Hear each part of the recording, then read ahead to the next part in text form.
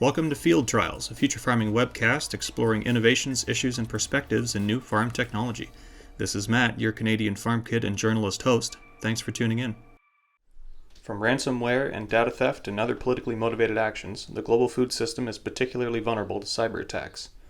In this Field Trials discussion, Ali Dehghantanha, professor at the University of Guelph and director of the school's cybersecurity lab, explained how the farm and food industry is adapting to cyber threats, emerging trends, and the need for broad cooperation between farmers, companies, and wider institutions. But in light of, as you say, there's less low-hanging fruit, more ransomware attacks, and other things. I guess the second question I would have is emerging threats and trends that are particularly concerning or that we're just starting to kind of get a handle on. Is there anything that really stands out to you aside from some of the stuff that you've already mentioned? Um, these days, ransomware is the most visible one, right? But usually, and as you may know, ransomware type of attacks are the last stage of the attack for cyber criminals, which means they first try to exfiltrate all the information that they can. And they try to create backdoors on the machine and make their access persistent. And at the stage that they don't have anything else to do with the system, then they run it, right? Because ransomware is a type of attack that is quite visible, right? So the attacker knows at the moment they drop the ransomware, then they're at that, right? And try to stop the attack or monitor or remediate, take remedial actions, all those things, right? Highlight here is in almost all ransomware cases that we are investigating, the attack has started long time before that, sometimes even 2 years before the ransomware has been detected. The attackers were in the system and exfiltrating the information, right? So currently, the main trend and what is more visible on the surface are ransomware, but I believe there is a huge amount of data breach and data exfiltration that has happened and currently circulated in the dark net, right? And when they surface, you would see like a big data dump being surfaced by a hacking group, the ag and food sector. I don't know what would be the implications of that. The other thing that I can see changing is the animals are now becoming more and more involved in cyber distortion crime activities. So it is the first time that it's like one of the very first industries that you are seeing activists that they try to disrupt the business, not but just for sake of giving awareness or disrupting the business, especially in the swine, right? And pig, that one I'm saying, like they have had two sites that they have been ransomed, and the attackers were not asking for money to be paid. The attackers were asking to publicize this and this and this information and get the media attention on it, right? So you would see, okay, is a different motive for the attack, right? That the attackers are having. So as you are saying, emerging threats, I would say as these cyber crime like tools are becoming more easier, more available, then we would see this kind of activist type of frequently, especially on the industries that are dealing with the livestock, right? We have seen a couple so far. And fighting these kind of attacks is way more difficult because they are not going for any sort of monetary gain or anything. They just want to get some PR, some visibility. So if they get to the stage that they know that how they can exfiltrate the information, then I would say activist groups would be one of the main drivers of the attacks in this, because they are exfiltrating the data so they can just publicly post them for all other purposes, right? That are out there. My livestock friends and colleagues are probably not going to be happy to hear that, but that's medicine doesn't have to taste good, I guess. So so we've got that's three things then. So we think about criminals trying to get in for data or for cash. We think about state-sponsored stuff, which that's we discuss that quite often. It was described to me as privateering, in a different form of privateering in a way, which I think is a cool term.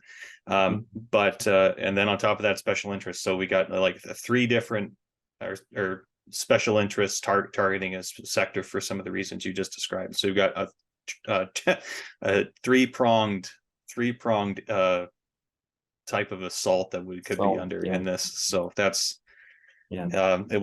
interesting. So maybe let's move on to what's some of the work that you are doing yourself. So you're with the Cyber Science Lab at the University of Guelph, and this is not the first time that you've discussed this subject.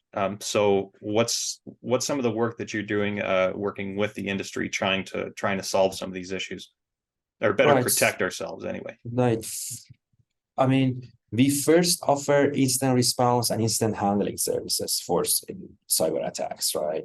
So that's usually what we are very well known for in the industry, right? Specifically because we are very familiar with the ag sector. We know how the attacks are emerging there, what devices are usually susceptible to the attacks, how the attackers are coming in.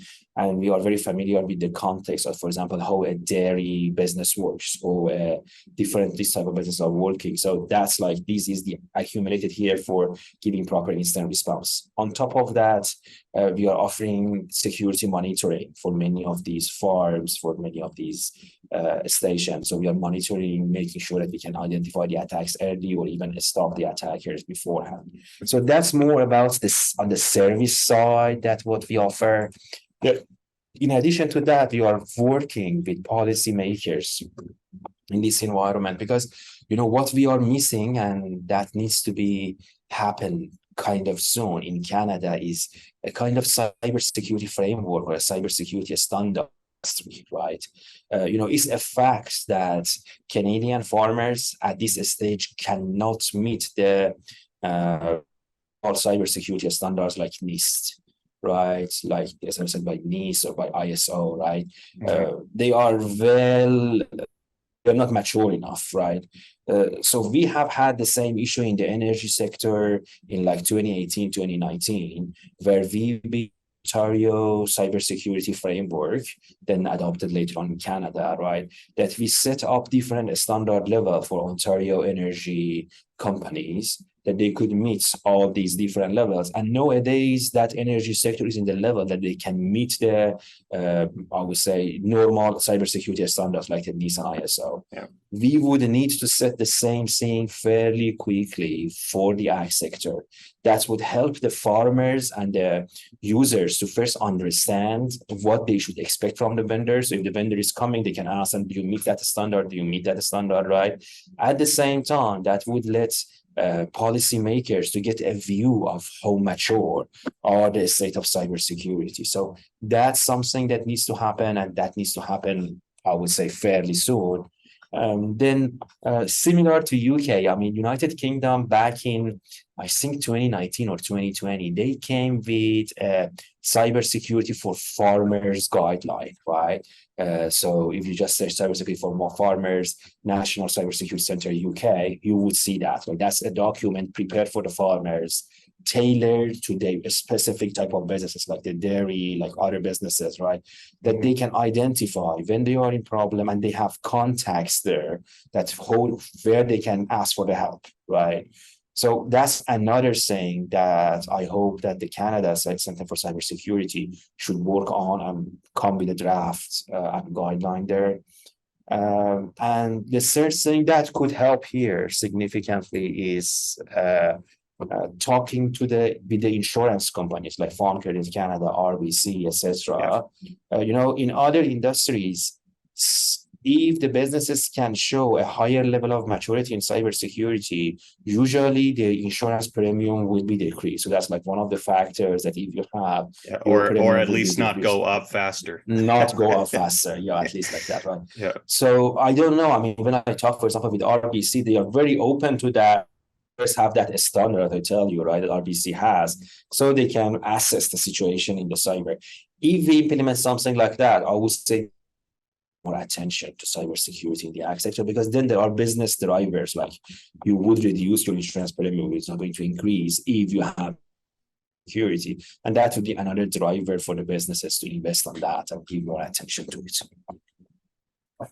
Cool. Well, right on it. Well, to me, again, to be positive, sounds like there's a lot of opportunity. I mean, if the other sectors can do it, ag can too.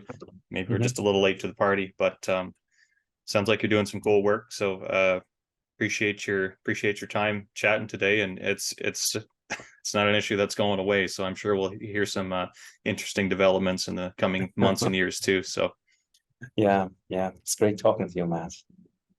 Thanks for tuning in, everyone. I hope you got something out of the conversation. As ever, the idea is to explore topics, items, and perspectives in the ag tech space. So if you're interested in sharing your own perspective and joining us for a conversation, feel free to get in touch with the Future Farming team at futurefarming.com.